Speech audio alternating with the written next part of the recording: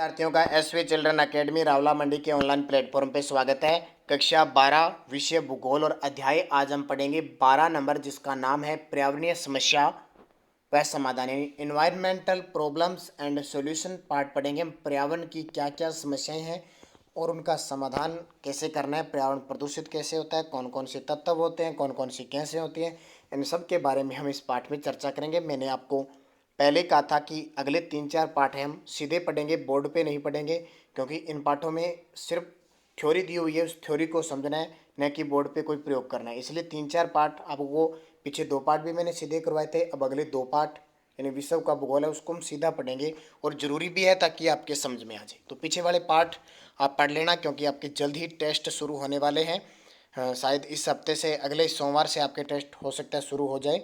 तो आप पढ़ना, पूरा पाठ पढ़ना है, पूरे पाठ में से कहीं भी आपसे क्वेश्चन पूछा जा सकता है।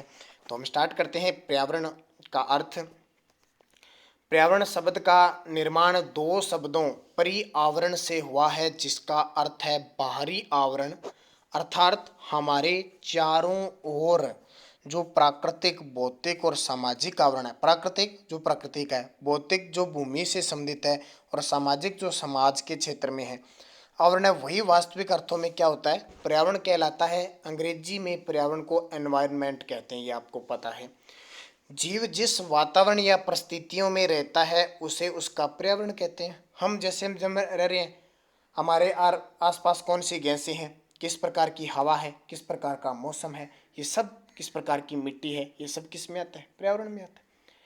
पर्यावरण में जीवों के जीवन यापन हेतु मूलभूत सेवाएं उपलब्ध होती है, जैसे हवा चाहिए हमें, पानी चाहिए, खाद्यान्न, आवास और प्रकाश जैसी मूलभूत सुविधाओं के साथ वायु, तापमान, प्रकाश या नमी जैसी कई अन्य गौण सुविधाएं भी स्वतः क्या होती है, उपस्थित होती है ना। प्रकाश, सूरज उगता ही उगता है, हवा चलती है, तापमान भी कभी घटता है कभी बढ़ता है, ये सारी चीज़ें होती हैं। जैसे श्वास लेने हेतु हमें किसकी जरूरत होती है, ऑक्सीजन की होती है। और नदियों में क्या होता है, स्वच्छ जल होता है ना। अब आप सोचो हमारे पास नदियाँ नहीं है, देखो जहाँ से पंजाब से नदियाँ, वहाँ से इंदिरा गांधी नहर निकलती है, और इंदिरा गांधी नहर से छोटी छोटी नहरें, और फिर हमारी डिग्गियों, वाटर वर्क्सों तक पानी आता है कि नहीं आता है। वही तो है, आदिकाल से पृथ्वी पर उपलब्ध है। प्राकृतिक संसाधन प्रारंभ से ही मानव विकास के आधार रहे हैं, तो पिछले 200 वर्षों में जनसंख्या के दबाव से इनका दोहन इस प्रकार बढ़ा है कि इनके स्वरूप और अस्तित्व पर खतरा मंडाने लगा है। पिछले 200, देखो आज हमारी भारत की जनसंख्या मान लो, या विश्व की जनसंख्या मान लो, 7 अरब के पार चली गई, और 200 साल पहले ये 2 अरब थी। कितनी थी, 2 अरब। तो जनसंख्या बढ़ी है ना, जनसंख्या बढ़ी है तो जल की भी ज़्यादा उस तक हुई है, पर्यावरण प्रदूषण भी हुआ है, हवा भी प्रदूषित हुई है, खाद्य सामग्री की भी ज़्यादा जरूरत पड़ी है, तो सब चीज़ है। तो इससे जनसंख्या के दबाव से भी खतरा मंडराने लगा है। पर्यावरण जीवों को प्रभावित करता है और जीव पर्यावरण को प्रभावित करते हैं। पर्यावरण है वो जीवों को प्रभावित करता है और जीव पर्यावरण को प्रभावित करते हैं। जीव के अंदर सारे आ जाते हैं, जीव जंतु जिनमें जीवन होता है, पेड़ पौधे, जीव जंतु, मनुष्य, सब आ जाते हैं। अब परिभाषाएं हैं कुछ भूगोलवेत्ताओं के अनुसार। सीसी पाई के अनुसार मनुष्य एक विशेष स्थान पर विशेष समय पर जिन संपूर्ण परिस्थितियों से घिरा हुआ है, इसे पर्यावरण कहा जाता है। सीसी पाई के अनुसार मनुष्य एक विशेष स्थान पर विशेष समय पर, विशेष समय होता है, जिन संपूर्ण परिस्थितियों से घिरा होता है, उसे क्या कहते हैं, पर्यावरण, यानी एनवायरनमेंट कहते हैं। बोरिंग के अनुसार, वैसे बोरिंग नहीं है, विद्वान है एक बोरिंग। बोरिंग के अनुसार एक व्यक्ति के पर्यावरण में वह सब कुछ सम्मिलित किया जाता है जो उसके जन्म से मृत्यु पर्यंत प्रभावित होता है। देखो जन्म लेता है तब से पर्यावरण का प्रभाव पड़ने लगता है, और तब तक मृत्यु नहीं होती है तब तक पर्यावरण चलता है, प्रभावित करता है। उपयुक्त परिभाषाओं के आधार पर कहा जा सकता है कि पर्यावरण किसी एक तत्व का नाम न होकर उन समस्त दशाओं या तत्वों का योग है जो मानव के जीवन और विकास को अप्रत्यक्ष या प्रत्यक्ष रूप से प्रभावित करते हैं। पर्यावरणीय समस्याएं, देखो सबसे बड़ी बात है, पर्यावरणीय समस्याओं के कारण से ही तो क्या है, आपने देखा होगा आजकल मनुष्य है वो प्रकृति से छेड़छाड़ करता है।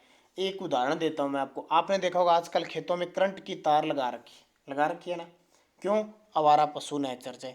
लेकिन प्रकृति के साथ खिलवाड़ किया और देखो टिड्डियों का दल आ गया, टिड्डियाँ आई है ना, टिड्डियाँ कितनी, कीट पतंगे कितने। अब उनके लिए क्या लगाया जाएगा, उनके लिए तार लगाई जाएगी, नहीं। तो प्रकृति से ये छेड़छाड़ होती है। दूसरी, प्रकृति से इतना ज़्यादा मनुष्य ने छेड़छाड़ कर लिया कि ये इतनी बड़ी आपदा आ गई कोरोना वायरस, जिससे आपकी पढ़ाई भी खराब हो रही है और घर बैठे आपको ऑनलाइन पढ़ना जा रहा है, कितने लोग मरते जा रहे हैं, कितनी व्यवस्था बिगड़ गई। ये क्या है? प्रकृति से छेड़छाड़ है। मनुष्य जब जब प्रकृति से छेड़छाड़ करेगा इस प्रकार की घटनाएं होगी। ठीक है। अब देखिए पर्यावरणीय समस्या। मानव का सृष्टि की उत्पत्ति से ही प्रकृति के साथ घनिष्ठ संबंध रहा है। पृथ्वी पर मानव के आविर्भाव के साथ ही उसकी आवश्यकताओं का भी जन्म हुआ।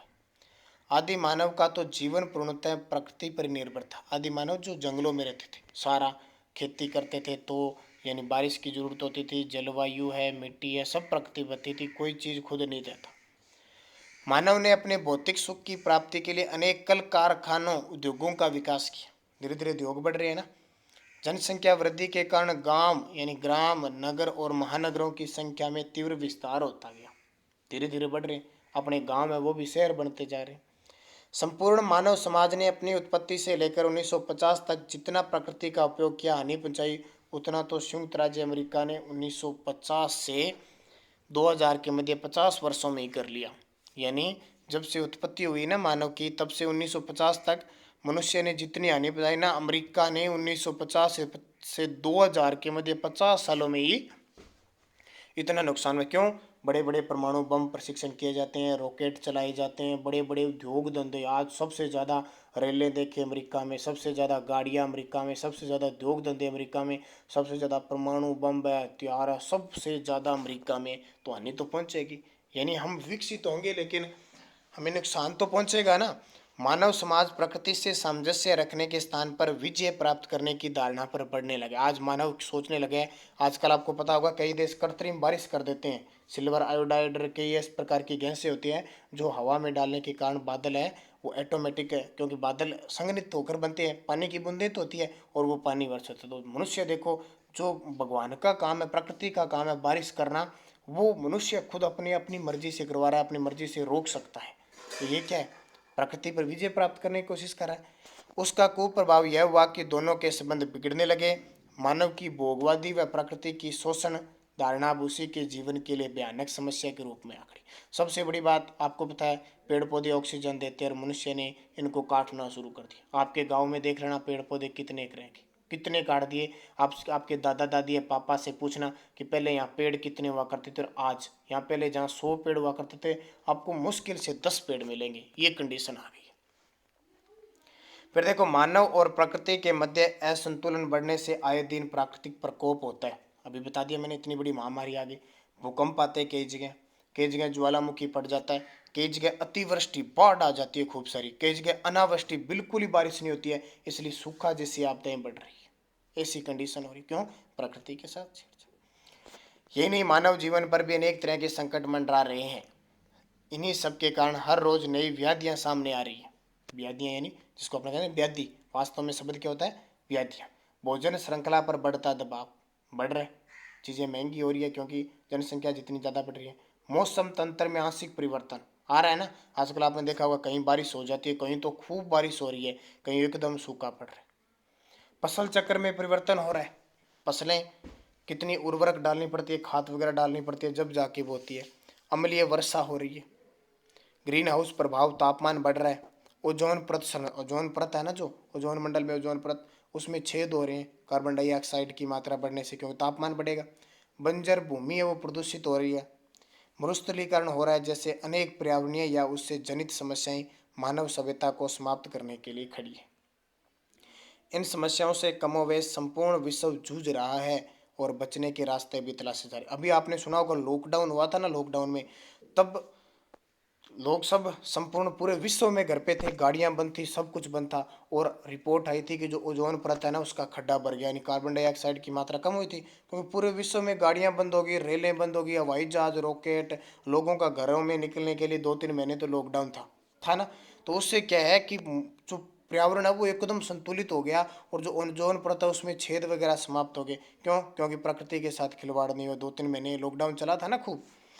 प्रस्तुत पाठ में हम पर्यावरण प्रदूषण, अम्लीय वर्षा, ओजोन परत संरक्षण किसके बारे में पढ़ेंगे? कि पर्यावरण प्रदूषण, अम्लीय वर्षा, ओजोन परत संरक्षण, जो ओजोन परत में जो खड्डा हो रहा है, यानी ओजोन परत खड्डा होने का मतलब कैंसर जैसी बीमारियां ओजोन परत में छेद होने के कारण है। हमें जो पराबैंगनी किरणें आती है ना सूर्य से, उससे बचाता कौन है? ओजोन परत। और उसमें अब देखो छेद हो गए, तो वो छेद होने से क्या हमारे इस पृथ्वी के धरातल पर पहुंच रही है, इससे कैंसर वगैरह ये भयानक रोग हो रहे हैं। जैसे पर्यावरणीय समस्याओं के महत्वपूर्ण पक्षों का अध्ययन करेंगे। सबसे पहले देखो पर्यावरण प्रदूषण। मानव सभ्यता के विकास ही उसकी आवश्यकताओं का भी विस्तार हुआ। तेजी से बढ़ती हुई आवश्यकताओं की पूर्ति हेतु मनुष्य ने प्राकृतिक संसाधनों का दोहन शुरू कर देते हैं। औद्योगिक और तकनीकी विकास जैसे हथियारों के सारे मानव ने अपनी स्वार्थी प्रकृति और जनसंख्या के दबाव में प्रकृति का अनियंत्रित दोहन किया। अनियंत्रित का मतलब नियंत्रण में रहकर नहीं किया। मान लो कहीं हमें जल की जरूरत है, 5 लीटर जल की जरूरत है, वहाँ 20 लीटर काम में लेते हैं। आज भी आप देख लो, आपको पीना कितना पानी होता है, नहाना कितने से होती है, लेकिन उसका आप यूज कितना करते हो ना, तो वही प्रक्रिया है। औद्योगिक और तकनीकी विकास जैसे हथियारों के सहारे मानव ने अपनी स्वार्थी प्रकृति और जनसंख्या के दबाव में प्रकृति का अनियंत्रित दोहन किया। अब मान लो रॉकेट लॉन्चर होता है, परमाणु बम का परीक्षण होता है, कैसे भी हो, प्रदूषण बहुत ज़्यादा होता है। हर बड़े नगर के साथ औद्योगिक क्षेत्र का विकास हुआ है। आपके आसपास भट्टे देख लो, आप भट्टों की चिमनियाँ होती है, उससे कितना धुआं निकलता है, वो तो कुछ ही नहीं है। यानी जो बड़े शहरों में उद्योग धंधे हैं ना, उनका कुछ ही नहीं है, फिर भी देखो कितना प्रदूषण होता है, कितना गंदा धुआं निकलता है।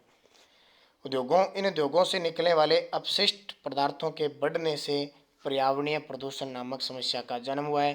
पर्यावरण प्रदूषण आज सिर्फ क्षेत्रीय देशीय समस्या न होकर एक सर्वव्यापी समस्या का रूप ले चुका है। कई विकासशील व विकसित देशों के महानगरों में तो शुद्ध वायु और स्वच्छ पेयजल का ही संकट खड़ा हो गया। प्रदूषण का अर्थ और परिभाषा। प्रदूषण अंग्रेजी के शब्द पोल्यूशन का अनुवाद है, जो मूल रूप से लैटिन भाषा के शब्द पोल्यूटस से बना है, जिसका अर्थ है दूषित करना, टू मेक अनक्लीन। वायु, जल व मृदा के भौतिक, रासायनिक और जैविक गुणों में होने वाला ऐसा अवांछित परिवर्तन जो मनुष्य के साथ ही संपूर्ण परिवेश और प्राकृतिक व सांस्कृतिक तत्वों को हानि पहुंचाता है, प्रदूषण कहते हैं। कौन कहता है ये भूगोलवेत्ता है ईपी ओडम। अमेरिका की राष्ट्रीय विज्ञान अकादमी के अनुसार वायु, जल तथा पृथ्वी के भौतिक, रासायनिक व जैविक गुणों में अवांछनीय परिवर्तन जिससे मनुष्य व अन्य जीवों और प्राकृतिक संसाधनों की क्षति हो, प्रदूषण कहलाता है। राष्ट्रीय प्रदूषण शोध समिति के अनुसार वायु, जल और पृथ्वी के भौतिक, रासायनिक और जैविक गुणों में नकारात्मक परिवर्तन को प्रदूषण कहते हैं। ऐसे अवांछनीय पदार्थ जो पर्यावरण के किसी भी मूल तत्व में अपनी उपस्थिति से उसे परिवर्तित कर देते हैं या प्रदूषण फैलाते हैं, प्रदूषक कहलाते हैं। प्रदूषण सभी प्रकार के जीवों के लिए हानिकारक होने के साथ साथ जैविक संसाधनों को भारी क्षति पहुंचाएंगे। हर चीज़ में कोई भी रोग देख लो, कैंसर देख लो, कोई हैजा पीलिया देख लो, कोई दमे का रोगी देख लो, टीबी का रोगी देख लो। हम ज़्यादा प्रदूषण होगा तो डेंगू फैलेगा, मलेरिया होगा, तो बहुत सारे रोग हैं, आपको पता है। ठीक है, अब देखो प्रदूषण के प्रकार। वायुमंडल, स्थल मंडल, जल मंडल के जीवन युक्त भागों के संयुक्त क्षेत्र को जैवमंडल कहते हैं। इसी जैवमंडल में उपलब्ध सभी प्राकृतिक तत्वों को प्राकृतिक पर्यावरण का नाम दिया जाता है। मानव द्वारा की गई समस्त प्रकार की गतिविधियों से बने प्रदूषकों ने जैवमंडल के इन सभी भागों को प्रभावित किया है। प्रदूषक की प्रकृति के आधार पर प्रदूषण को निम्न प्रकार में समझा जा सकता है। जैसे वायु प्रदूषण, वायु से जो प्रदूषण होता है वो वायु प्रदूषण में आएगा।